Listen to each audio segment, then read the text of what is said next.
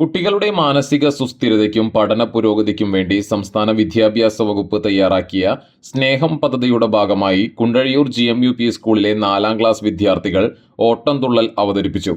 ശാസനയില്ലാ വാരാചരണത്തോടനുബന്ധിച്ചാണ് അവതരണം സംഘടിപ്പിച്ചത്. പൊതുവിദ്യാഭ്യാസ വകുപ്പിന്റെ സ്നേഹം പദ്ധതിയിൽ ശാസനയില്ലാ വാരം, പ്രശംസാ വാരം, കൃതജ്ഞതാ വാരം, ഡിജിറ്റൽ ഉപയോഗമില്ലാ വാരം എന്നിങ്ങനെ 4 ആഴ്ചകളിലായി വിവിധ പരിപാടികളാണ് നടപ്പിലാക്കിക്കൊണ്ടിരിക്കുന്നത്. പ്രധാനാധ്യാപകൻ CV സുഭാഷ് ഓട്ടംതുള്ളൽ അവതരണം ഉദ്ഘാടനം ചെയ്തു. കൺവീനർ അഫ്സൽ പാടൂർ, അധ്യാപകരായ CL Juliet, Sheeja Kabir, Preetha teacher എന്നിവർ സംസാരിച്ചു.